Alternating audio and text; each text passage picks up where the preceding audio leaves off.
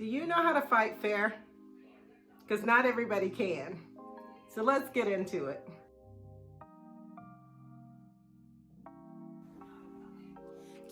Fighting fair and conflict resolution. These are things that people struggle with when they're dating, and people think like if you have too many conflicts in the beginning, it's a red flag, so you should just move on. And it's also like a big part of a relationship. How do you fight fair? How do you get along with someone who has maybe a different conflict style than you have? Say for instance, I'm more of the open attack, be able to talk about things, to get it out in the open, a calm conversation and come to an agreement or a disagreement, like we're going to agree to disagree. That's me. I start out that way. And then when I'm not being heard, because most of us just want to be heard when we start talking about arguing and having conflict with someone. We want to be seen, we want to be heard. And so when I can't be heard a lot of times, I go into this attack mode, right? And let me tell you, honey, the attack mode is not good. It is one of those things to where, I really have to watch myself, and unfortunately, because I'm very impulsive, right? I attack and then I'm like, oh, maybe I shouldn't have said that. And then I retract and then it's just a nightmare. It's a mess, let me tell you. So I think it's really important for people to understand, what is your argument style? What is your conflict, type, right? Whatever you want to call that. And some people, they like to be defensive. Like every time you say something to them, they oh, no, I didn't do that. No, you're accusing me or whatever. Some people are very defensive about everything. And a lot of people are like that. At least they start out that way. And then there are those people who, they just don't want to deal with conflict at all. They don't want to talk about it. They just want to pretend like it's not happening. Like I'm over here and you're over here. So when you, get to a place where you can stop being angry, then you come and see me, because I don't want to have anything to do with that. And let me just say to y'all, no matter what conflict, type or argument style you have, right? You have to know how to be able to, fight fair and argue with people in a way to where it's not, detrimental or it's not ugly and there's not words that are said that you can't take back. Because no matter how many times we apologize to people, once we say words, they sink in, right? And some of them are so hurtful and it takes people to a really dark place sometimes, and it takes them a while to pull out of that.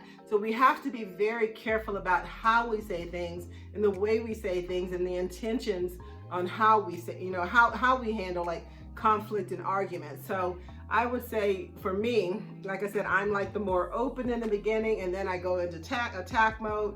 Some people start with being defensive and then they go into their cocoon because they don't want to talk about anything. They don't want to deal with it. They don't want to deal with any type of conflict because it causes them anxiety and stress. But let me just say this to you. This is just how I think, right? That everyone, if possible, should start with being open and honest, right? Let's talk about, what the problem is. Let's talk about how we come up with an agreement or a solution for this issue that we keep having or we've had lately, right?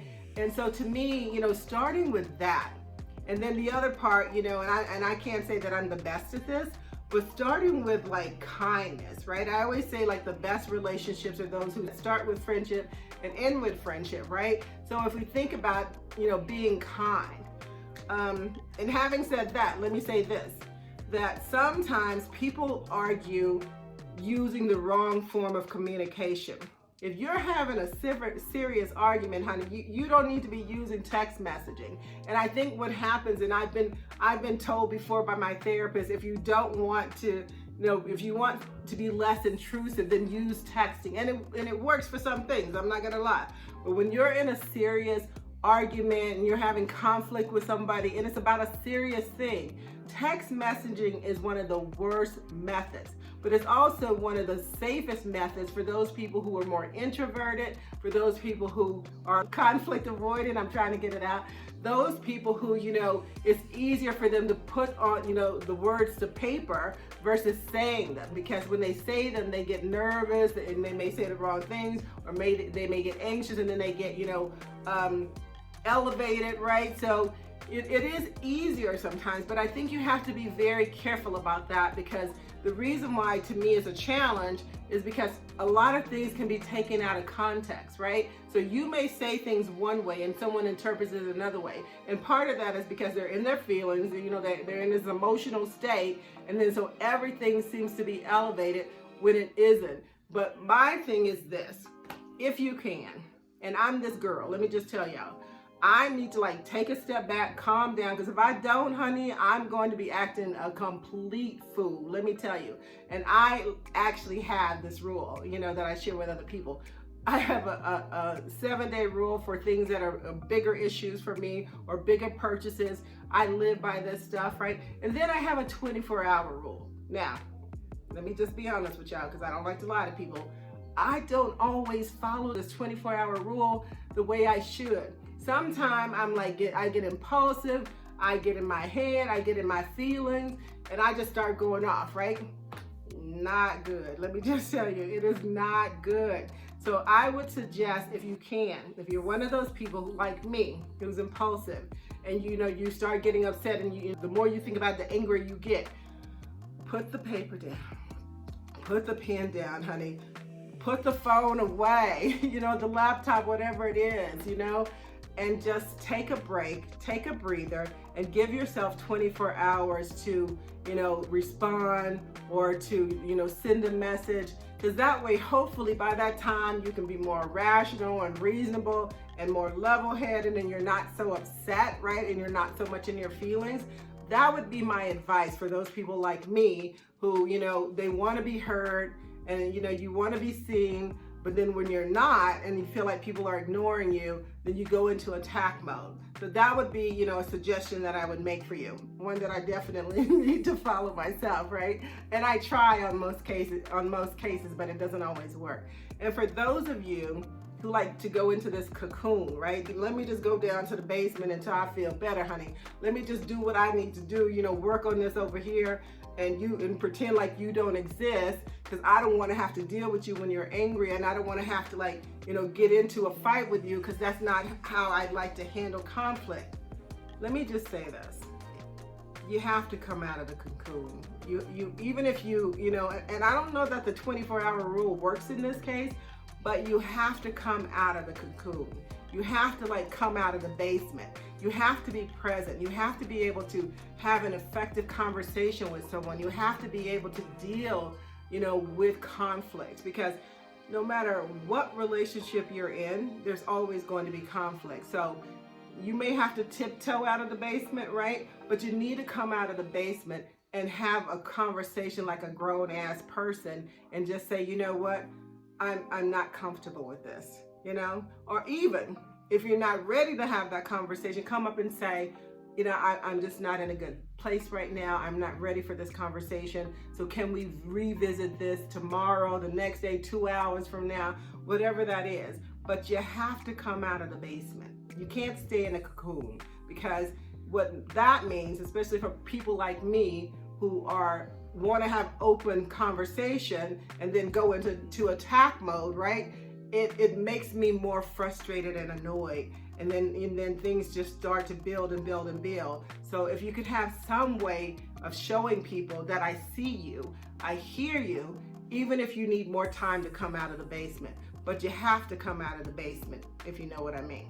And for those of you who are defensive, honey, let me tell y'all, and we all like this sometime, and I'm not gonna lie, you need to get the chips, honey, the chips off the shoulders, right?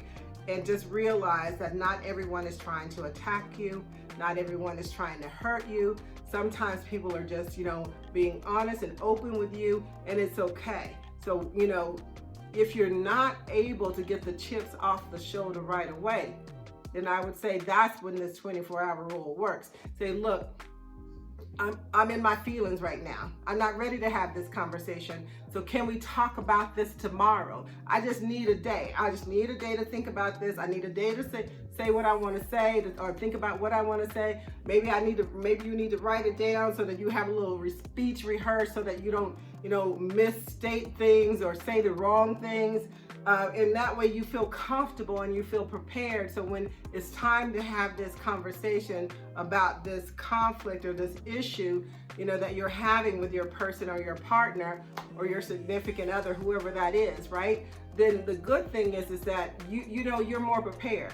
And for those of you who are really defensive, I do think the 24-hour rule is good for you. And I do think that being prepared is good for you also. And I think that I'm not trying to like, say nothing about nothing, right?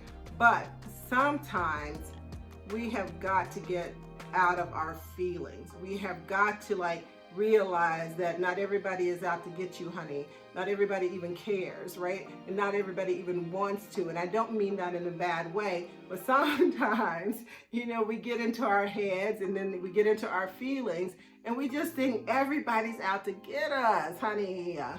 Not everybody's out to get you. It's okay.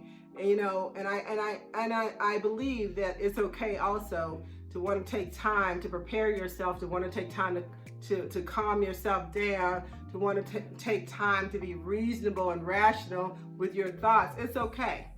So having said that, depending on what, conflict type you are or argument style you have, right? Don't just disregard people because they have a different type of style than you. It's like you can learn to adapt to different styles, right? I'm big on, like attachment styles, right? I'm big on, love languages, and I'm big on figuring out, what is my person's or my partner's conflict type or argument style. Because that way, if I know, like you like to go into the basement, honey, until it's time for you to come out, and you're just waiting for that other person, who like me, needs to talk about things and then goes into attack mode. Give them like 24 hours because I'm like, look, give me 24 hours. So it actually kind of works. You know what I'm saying? It's like you need to be in the basement so you can like let things simmer. And I need 24 hours basically so that I can calm down, right? And get my shit together before I want to have this conversation. So just because you have different conflict types and argument styles doesn't mean you can't be a match. It just means that you have to learn and appreciate and respect each other's types, just like you do with love languages.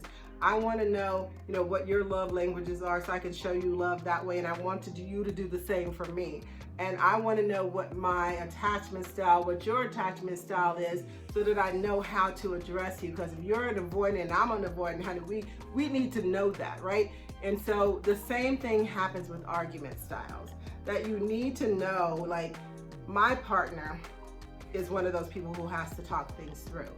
I'm also one of those people who likes to talk things through. So we're going to set up some time so that we can just talk about things, that work, that don't work. How do we move forward? How do we create a path forward, so that we can continue to grow in this relationship, right? And so to me, learning your person's and your partner's conflict type and argument style is a very important thing, just as important as it is with all the other parts of dating and relationships and building something with someone. So if you don't know, I would recommend that you Google like the different argument styles and conflict types so that just like with the love languages, what's my type, right? What's my style? So that I know when I'm building something with someone, if their style is like totally different from my style, like in my case, like I said, I'm the person who starts with open and then goes to attack, but someone else may just start with being defensive and then goes into a cocoon. And so I think that having that information up front when you're building something with someone is really important. So this is my 2 cents worth. That, if you don't know what the styles and the types are, Google them.